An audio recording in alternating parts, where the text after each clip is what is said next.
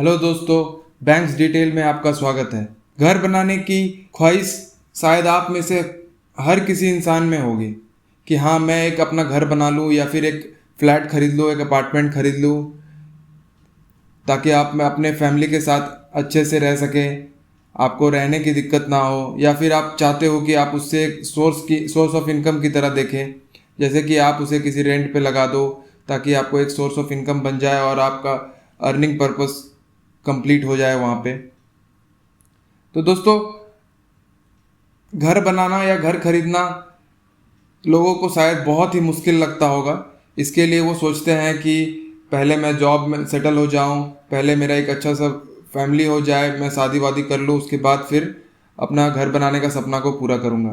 तो दोस्तों, ये एक पुरानी बातें हैं, बट आज के दौर पे घर बनाना एक ऐसा जिम्मेदारी है जो कि शायद हमें लगता है कि हमारे लाइफ का एक सबसे बड़ा डिसीजन है।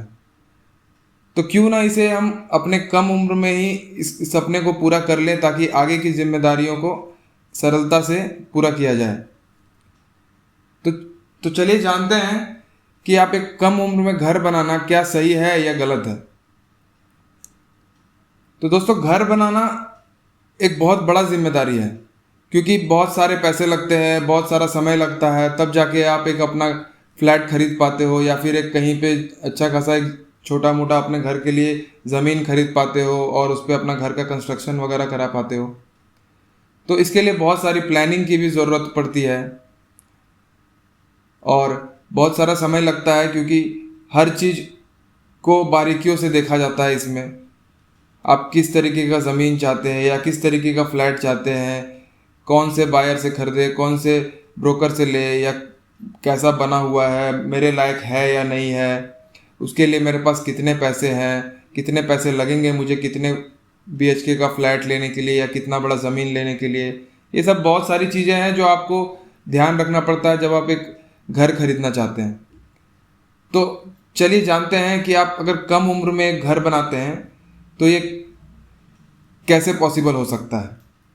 किन किन बातों को ध्यान में रख के आप एक कम उम्र में, जब आप अपने अभी अपना कैरियर स्टार्ट किया है, तभी आप एक घर बना सकते हैं या फिर एक घर खरीद के रेंट पे लगा सकते हैं ताकि आपको एक अच्छा सा सोर्स ऑफ इनकम बन जाए। तो इसके लिए मैंने अपने वीडियो के डिस्क्रिप्शन पे अपने एक ब्लॉग का अपने लिंक दिया हुआ है। आप वो लिंक पे जाके डायरेक्ट आप यहाँ पे पहुँच सकते हैं। ये मेरा वेबसाइट है, ऑफिशियल वेबसाइट है banksdetail.com। यहाँ पे आप देख सकते हैं। यहाँ पे मैं आपको 10 स्मार्ट टिप्स देने वाला हूँ जिससे आपको आसानी से समझ में आ जाएगा कि आप अपने घर बनाने के सपने को कैसे पूरा कर सकते हैं, वो भी कम उम्र में। तो चलिए सबसे पहले जानते हैं कि सबसे पहला टिप क्या है आपके लिए। तो इस वीडियो में मैं आपको बहुत सारी चीज़ें कवर करने वाला हूँ, जैसे कि आप डाउन पेमेंट फंड के लिए अपने खर्चों को कैसे अनुशासन रख सकते हैं, ठीक है, अपने बजट पर कैसे टिके रह सकते हैं और अपने सपनों के घर पर रिसर्च कैसे कर सकते हैं। और सिर्फ बचत करने से तो आपका घर बनेगा नहीं, इसके लिए आपको निवेश भी करना ज़रूरी है। तो इस पर भी हम लोग डिस्कस करेंगे। आगे और भी सारे पॉइंट हैं, तो इन सारे टॉपिक्स को वन बाय वन हम लोग क्लियर करते जाएंगे और आपको अच्छे से समझ में आए इस तरीके से मैं आपको समझाता जाऊंगा। तो चलिए बिना देरी किए इस वीडियो को शुरू करते हैं। और अगर आप फर्स्ट टाइम व्यूअर हैं हमारे चैनल पे, तो आप हमारे चैनल को सब्सक्राइब कर लें। और अगर आपको ये वीडियो पसंद आए तो इस वीडियो को ज़रूर लाइक करें और अपने दोस्तों के साथ भी शेयर करें। तो चलिए दोस्तों शुरू करते हैं। तो सबसे पहला टिप मैं आपको देना चाहूँगा कि आपको घर बनाने के लिए डाउन पेमेंट की ज़रूरत होती है, ठीक है। जैसे कि अगर आप घर बनाते हैं तो घर बनाने के लिए आपको बहुत सारे पैसों की ज़रूरत पड़ती है। तो बहुत सारे पैसों की ज़रूरत, अगर आपके पास प्रॉपर सोर्स ऑफ इनकम नहीं है या फिर आप एक बारी में अगर आपको 30 लाख 40 लाख इस तरीके का अगर खर्च करना पड़ जाए तो शायद आप पॉसिबल नहीं होगा आपके लिए कि आप एक बारी में आप उतना पैसा किसी चीज़ के लिए लगा सको, अपने सपने को पूरा करने के लिए एक बारी में कहीं से लगा सको।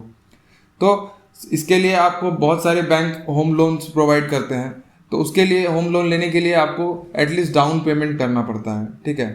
तो डाउन पेमेंट के लिए आपको एक अच्छा खासा अमाउंट, यानी कि करीब 10 से 25% आपके जितने भी लोन अमाउंट आप ले रहे हो उसके 10 से 25% आपको डाउन पेमेंट करना पड़ता है। तो डाउन पेमेंट एक ओवरऑल आप अगर आप देखो तो यदि अगर आप 2 BHK का अपार्टमेंट लेते हो जिसकी कीमत 50 लाख रुपए है तो आपको डाउन पेमेंट 5 लाख से 12.5 लाख रुपए तक के बीच लग सकता है। तो यह एक बड़ा अमाउंट होता है। तो इसके लिए आपको सबसे पहले छोटा छोटा अमाउंट करके आपको ये पैसे जमा करके अपना डाउन पेमेंट का फंड इकट्ठा करना होगा। तो यदि आप डाउन पेमेंट के लिए अपने खर्चों पर अनुशासन रखेंगे तो आप जल्द से जल्द आपका डाउन पेमेंट का अमाउंट आपके पास जमा हो जाएगा। फिर आप अपना डाउन पेमेंट कर सकेंगे और अपने लोन को पूरा का पूरा प्रोसेस करवा पाएंगे। तो ये थी पहली पॉइंट। आगे जानते हैं अब दूसरी पॉइंट क्या है जिससे आप अपने घर बनाने के सपने को पूरा कर सकते हैं। तो सबसे दूसरी पॉइंट है अपने बजट पर टिके रहें। यानी कि आपके महीने में 10 तरह के खर्चे होंगे, जैसे कि घर का किराया देना पड़ता होगा या फिर किराने का सामान लाना पड़ता होगा, या बाहर आप कभी अपने फैमिली मेम्बर्स के साथ खाना खाने जाते होंगे तो उसके लिए खर्च हो जाता होगा, या फिर कुछ शॉपिंग वगैरह किए तो उस पर खर्च होता होगा। तो इन तरह की चीज़ों के खर्चों पर थोड़ा सा आपको बैलेंस बना के रखना पड़ेगा। यानी कि बेफिजूल खर्ची जो भी हो रही है उन पे थोड़ा कंट्रोल करना पड़ेगा। और जो प्रॉपर आपके मंथली बजट बने हुए हैं कि आपको इस चीज़ के लिए इतना खर्च करना है, उस चीज़ के लिए इतना खर्च करना है, तो उस तरीके से ही अगर आप खर्च करते जाएंगे तो शायद आपका घर बनाने का सपना जल्द से जल्द पूरा हो सकता है। और इससे आपका EMI का जो अमाउंट है, जो भी आप लोन लोगे घर बनाने के लिए उसका EMI आएगा, तो वो EMI आप properly time to time payment कर पाओगे।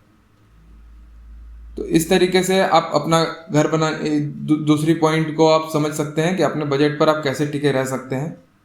ठीक है। अब तीसरा पॉइंट है अपने सपनों के घर पर रिसर्च करें। जैसे कि आप एक घर बना रहे हैं तो घर बनाने के लिए बहुत सारी चीज़ों को आपको ध्यान में रखना होता है कि आपको किस तरह का घर चाहिए या किस तरह का एरिया चाहिए। जैसे कि आप चाहे तो आप सिटीज़ में अपना फ्लैट ले सकते हो या अपना घर बनवा सकते हो, या फिर आप चाहे तो थोड़े आउटस्कर्ट्स में बनवा सकते हो, जैसे शहर से बाहरी क्षेत्रों में आप अपना घर बना सकते हो। तो इस वजह से भी आपका कॉस्ट पे बहुत ज़्यादा फ़र्क पड़ता है, क्योंकि सिटीज़ में हर फैसिलिटीज़ अवेलेबल होती है, तो वहाँ पे आपको ज़मीन का या फिर फ्लैट का जिस चीज़ का भी आप देख लो, आपका रेट वहाँ पे थोड़ा ज़्यादा आपको वहाँ पे करना पड़ेगा। और वही अगर आप थोड़े आउटर एरियाज़ में लेते हो सिटीज़ से, तो आपको वहाँ पे घर बनाने में कम खर्च आता है।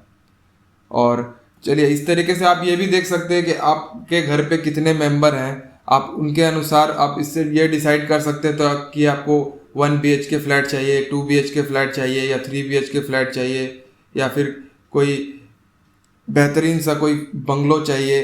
तो इस तरीके से आप प्लान कर सकते हैं कि आपको कैसा आपकी ज़रूरतें क्या क्या हैं और आपको किस जगह पे इन ज़रूरतों को फुलफ़िल किया जा सकता है, और उसके अनुसार आप अपना बजट बना सकते हैं कि हाँ मुझे इतना खर्च करना है।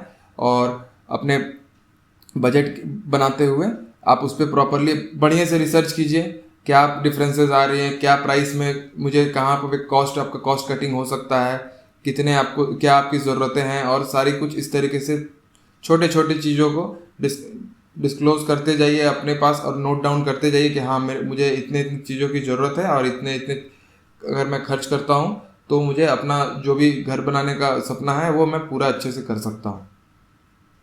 चौथी पॉइंट है सिर्फ बचत ना करें, निवेश करें। क्योंकि देखिए दोस्तों, यदि आप एक सैलरीड पर्सन हैं और अगर आप महीने में 30,000 रुपये कमाते हैं और आपके सारे खर्च पूरे करने के बाद भी चलिए मान लेते हैं कि आप 10,000 रुपये सेव कर लेते हैं, तो 10,000 रुपये अगर आप मंथली सेव करते जाएंगे तो शायद एक लंबा समय सीमा लग जाएगा कि आप अपने घर के सपने को पूरा कर पाएँ। तो इसके लिए अगर आप अपने जो बचत का जो हिस्सा है, यानी कि आप अगर 10,000 रुपये सेव कर रहे हैं, उस 10,000 को अगर कहीं निवेश करते हैं जहाँ पे आपको एक अच्छा रिटर्न मिलता है आपके निवेश पर, तो आप शायद जल्द से जल्द अपने घर बनाने के सपने को पूरा कर पाएंगे। तो चलिए हम जान लेते हैं कि अगर आप इस पैसे को अगर FD में डालते हैं, यानी कि फिक्स डिपॉजिट में अगर डालते हैं, तो आपको अधिक से अधिक आपको 6 से 8% प्रति वर्ष की दर से ब्याज मिलेगा। यदि आप उसी तरह से अगर आप रेकरिंग डिपॉजिट करते हैं यानी कि आरडी अकाउंट अगर आप किसी बैंक में खोलते हैं तो आपको 7 से 8% प्रति वर्ष की दर से ब्याज मिलता है। वहीं यदि आप यह अपने जो सेविंग्स के जो पैसे हैं उस पैसे को यदि अगर म्यूचुअल फंड में डालते हैं तो आपको मिनिमम कम से कम नहीं भी तो अगर आप देखो तो इसमें आपको 10 से 15% तक का रिटर्न मिलेगा ही मिलेगा। क्योंकि म्यूचुअल फंड, आपने सुना ही होगा कि म्यूचुअल फंड सही है। म्यूचुअल फंड में रिस्क है, मैं मानता हूं कि इसमें रिस्क है, बट आपको ऑन एन एवरेज अगर आप लॉन्ग टर्म में अगर आप देखोगे तो म्यूचुअल फंड में बेनिफिट भी उतना ही है। क्योंकि आपको जो कोई भी रिटर्न नहीं, जो दूसरे किसी भी डिपॉजिट में आपको रिटर्न नहीं मिल सकता, वो आपको म्यूचुअल फंड से रिटर्न्स मिलता है। यानी कि आप इसमें मिनिमम 10 से 15% तो आंख बंद करके भरोसा कर सकते हो कि हाँ 10 से 15% मुझे रिटर्न मिलना ही मिलना है। और अगर मार्केट कंडीशन अगर नॉर्मल रहा तो आपको शायद इससे भी ज़्यादा आपको रिटर्न मिल सकता है। तो इस तरीके से अगर आप निवेश करते हैं सारा रिसर्च करके तो आप एक अच्छा पैसा एक कम समय में आप मार्केट से निकाल सकते हो और उससे अपना आप घर खरीदने का सपना को पूरा कर सकते हो। तो चलिए आप जान लेते हैं कि 5वां टिप मैं आपको क्या देना चाह रहा हूँ। तो 5वां टिप है कि आप भविष्य की ईएमआई के लिए पैसे अलग रखें। तो जैसे कि आप यदि आप लोन लोगे घर बनाने के लिए तो आपको पर मंथ आपको लोन का ईएमआई चुकाना पड़ेगा। चलिए मान लेते हैं कि ये ईएमआई आपका 20,000 रुपये का ईएमआई बनता है या 30,000 रुपये का ईएमआई बनता है। तो आपको ये 30,000 रुपये हर महीने आपको देना है। तो इस ईएमआई को अगर आप एक प्रोसेस बना लेते हो कि हाँ अभी मैंने लोन लिया नहीं है फिर भी मैं एक अपने प्रॉपर सब अरेंजमेंट कर लूँ कि पहले से ही तैयारी कर लूँ कि हाँ मुझे ईएमआई को चुकाने में किसी तरीके की दिक्कत ना आए। तो ये अगर आप एक प्रोसेस बना लेते हैं बिना ही लोन लिए तो आपको ये आदत बन जाएगी कि हाँ मैं अपने जो भी इन्वेस्टमेंट्स हैं या फिर जो भी इनकम के सोर्सेज हैं उनसे मैं ईएमआई के पैसे को अभी से ही अलग कर करके रखता जाऊँगा या फिर उससे सेव कर करके कहीं दूसरे जगह पे इन्वेस्ट करता जाऊँगा। तो ये आपको ईएमआई देने में बहुत ही आसानी होगा और आप सही समय पे अपना सारा ईएमआई टाइम टू टाइम चुका पाएंगे। तो इस तरीके से आपको ईएमआई देने में भी दिक्कत नहीं आएगी। तो आइए आप जानते हैं छठा टिप क्या है। छठा टिप है कि आप अन्य खर्चों के लिए तैयार रहें। जैसे कि डाउन पेमेंट के अलावा अन्य कई तरह के खर्चे शामिल होते हैं। ठीक है, उदाहरण के लिए स्टाम्प शुल्क, यानी कि आप जिस भी स्टेट में रहते हैं वहाँ का आपको स्टाम्प शुल्क देना पड़ता है। वो करीबन आपके घर के वैल्यू के 5 से 7% तक का स्टाम्प शुल्क लगता है आपको। उसके बाद रजिस्ट्रेशन कॉस्ट, आप कोई भी घर खरीदते हैं या फिर ज़मीन खरीदते हैं तो उसके लिए आपको गवर्नमेंट को रजिस्ट्रेशन कॉस्ट देना पड़ता है। वो रजिस्ट्रेशन कॉस्ट आपके घर के वैल्यू के कम से कम 1% होता है। ठीक है, उसके बाद आता है memorandum of title deeds charges. इसमें आपको लोन अमाउंट का 0.1% मिनिमम पे करना होता है। ठीक है, उसके बाद अगर आप घर बना रहे हैं तो आप चाहेंगे कि एक बेहतरीन घर बने जो कि लोग अगर देखे भी तो बोले कि हाँ भाई क्या अच्छा बेहतरीन घर बनाया। तो उसके लिए आपको इंटीरियर डेकोरेशन कराना पड़ेगा, बिजली का कनेक्शन लेना पड़ेगा, पानी का सप्लाई लेना पड़ेगा और ऐसे अन्य कई खर्चे हैं जैसे कि ब्रोकरेज शुल्क, कानूनी कुछ भी शुल्क हो सकते हैं छोटे मोटे। उसके बाद घर का बीमा कराना पड़ सकता है। तो इन तरह के खर्चों के लिए भी आपको तैयार रहना पड़ेगा। तो इस तरीके से अगर आप पहले से इन सब चीज़ों के लिए प्रिपेयर्ड रहेंगे तो आपको घर बनाने में आसानी होगा। तो आइए अब जान लेते हैं कि 7वां पॉइंट क्या है। 7वां पॉइंट है कि आप अपने क्रेडिट स्कोर को सुधार करें। जैसे कि अगर आपके क्रेडिट स्कोर 750 के ऊपर है तो आपको किसी भी बैंक से आसानी से होम लोन मिल सकता है। और यदि अगर आपका क्रेडिट स्कोर कम है, आपने कई तरह के लोन लिए हुए जो आपने टाइमली नहीं चुकाए हैं, तो आप कोशिश कर सकते हैं कि उनको धीरे धीरे जितना जल्दी हो सके उसको आप टाइमली चुकाने की कोशिश कर सकते हैं। और जो भी ड्यू अमाउंट है उसको छोटे छोटे अमाउंट आप उसमें पे करते जाएंगे तो आपका जितना भी लोन ड्यू है वो लोन क्लियर होता जाएगा। दूसरा है कि यदि आपके पास क्रेडिट कार्ड है तो आप उस क्रेडिट कार्ड का सिर्फ और सिर्फ 30% यूज़ करें। क्रेडिट कार्ड का जो कार्ड लिमिट है आपका कि आप इतने बैलेंस एक महीने में खर्च कर सकते हो, तो उसका सिर्फ और सिर्फ 30% यूज़ करें और उसको टाइमली पे करते रहें। इस तरीके से क्या होगा कि आपका सिविल स्कोर जो है उसमें सुधार आएगा। जैसे कि मान लीजिए अगर आज आपका सिविल स्कोर 600 के अराउंड है, तो यदि आप टाइमली पेमेंट सारा करते रहते हैं, आपका ड्यूज सारा कुछ क्लियर करते जाते हैं, तो आपको आपका क्रेडिट स्कोर में ग्रोथ दिखेगा और आपका क्रेडिट स्कोर जो है वो बढ़ता जाएगा। धीरे धीरे धीरे धीरे धीरे धीरे आज 600 है, आप धीरे धीरे पेमेंट करते जा रहे हैं तो वो शायद 625 हो जाए, फिर ऐसे बढ़ते बढ़ते आप कम से कम समय में शायद 750 के ऊपर भी आपका क्रेडिट स्कोर हो जाए। इसके लिए आपको टाइम लगेगा, बट आपको अगर यदि आप एक रूटीन बना लेते हैं कि हाँ हमको अपना सारा पेमेंट करते जाना है धीरे धीरे और जितने भी लोन्स हैं उसको क्लियर करते जाना है, इन्वेस्टमेंट पे थोड़ा ध्यान देना है, तो आप इस तरीके से अपना सिविल स्कोर इम्प्रूव कर सकते हैं। तो आइए अब जान लेते हैं कि 8वां पॉइंट क्या है। तो होम लोन की तुलना करें। चलिए, जैसे मैंने आपको बताया कि आप घर बनाने के लिए आपको कई तरह किसी न किसी बैंक से आपको होम लोन लेना पड़ेगा। तो चलिए, अगर आपको होम लोन लेना है तो होम लोन लेने के लिए अलग अलग बैंकों की अलग अलग ब्याज दरें होती हैं, अलग अलग उनकी चार्जेस होती हैं। तो अगर हम इस चीज़ की पहले से ही रिसर्च कर लें कि किस बैंक की क्या ब्याज दरें हैं, क्या क्या प्रोसेस है, कितना टाइम लगता है लोन लेने में, या कितना इंटरेस्ट रेट वो चार्ज कर रहे हैं, या फिर क्या क्या प्रोसेसिंग चार्जेस हैं, या क्या प्रोसेसेस है कि आपको एक लोन आसानी से वहाँ से मिल सकता है जिस भी बैंक से आप चाहते हैं। अगर 2-4 बैंकों की अगर हम इसमें कंपेयर कर लें तो आपको आसानी से समझ में आ जाएगा कि मुझे किस बैंक से लोन लेना मेरे लिए बेहतर होगा। आप इस तरीके से आप कंपेयर करके आप डिसाइड कर सकते हैं कि आपको कौन से बैंक से होम लोन लेना चाहिए, और इस तरीके से आप पहले से ही प्रिपेयर हो जाएंगे कि हाँ मुझे इस बैंक से होम लोन लेना है क्योंकि इसका इंटरेस्ट रेट कम है, प्रोसेसिंग चार्जेस कम है और मुझे लोन चुकाने में भी आसानी होगा। इस तरीके से आप सब कुछ क्लियर कर सकते हैं कि आपको किस बैंक से होम लोन लेना है। तो आइए अब जान लेते हैं 9वां पॉइंट। तो 9th पॉइंट है आपके लिए कि अभी घर खरीदना का अच्छा समय क्यों है। ठीक है, तो जैसे कि अगर आप अभी घर खरीदना चाहते हैं तो घर खरीदने के लिए बहुत सारी इंटरेस्ट रेट वगैरह आपको पे करना पड़ेगा, टाइम टू टाइम EMI पे करना पड़ेगा लोन पे। तो जैसे कि मार्केट कंडीशंस के वजह से इंटरेस्ट रेट बैंक्स के चेंज होते रहते हैं। आज मान लीजिए अगर इंटरेस्ट रेट 7% या 8% अगर है तो कल को हो सकता है उससे बढ़ के हो जाए या फिर उससे थोड़ा घट जाए। तो इस तरीके से हमें पहले जानकारी लेना होगा कि आज के समय पे आपके लिए होम लोन लेना सही है या नहीं है।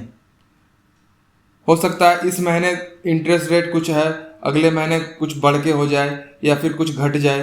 तो जब घटे इंटरेस्ट रेट अगर उस समय अगर हम लोन लेते हैं तो हमारे लिए बेहतर होगा क्योंकि हमें कम इंटरेस्ट रेट पे लोन मिल जाएगा और हम आसानी से चुका पाएंगे।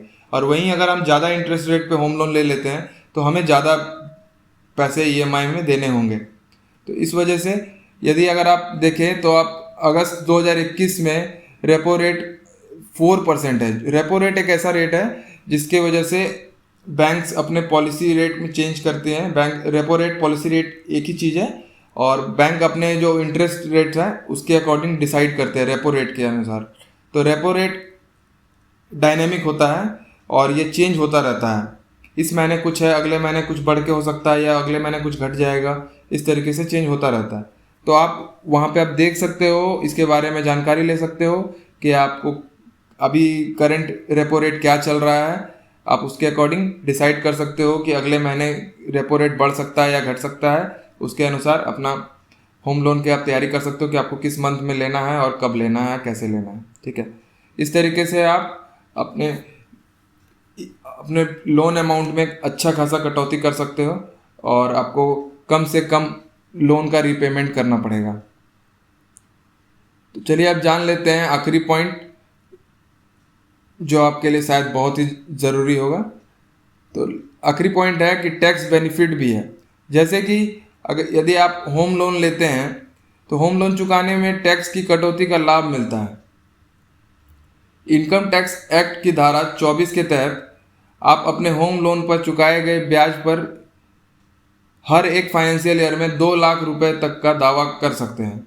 और धारा 80C के तहत आप मूलधन चुकाने पर हर एक फाइनेंशियल ईयर में 1.5 लाख रुपए तक का दावा कर सकते हैं। घर खरीदना आसान काम नहीं है, लेकिन प्लान में देरी करना लाभदायक भी नहीं हो सकता है। हाँ, भविष्य में आपको आय की वृद्धि होगी, लेकिन अधिक जिम्मेदारी के कारण आपके खर्च भी होंगे। तो जानकारी रखें और अपने पैसे की अच्छी तरह से मैनेज करने सीखें। आपको कुछ बलिदान भी करने पड़ सकते हैं, लेकिन जब आप अपना सपना पूरा कर लेंगे तो आपके सारे बलिदान को फ़ायदा ही मिलेगा। तो दोस्तों, यह थी 10 ऐसी पॉइंट जो यदि आप ध्यान में रखें तो आप अपने घर बनाने का सपना बहुत ही कम उम्र में पूरा कर सकते हैं। और शायद यदि आप इसे एक इन्वेस्टमेंट की तरह देखते हैं तो आप एक अच्छा सोर्स ऑफ इनकम अपने लिए बना सकते हैं।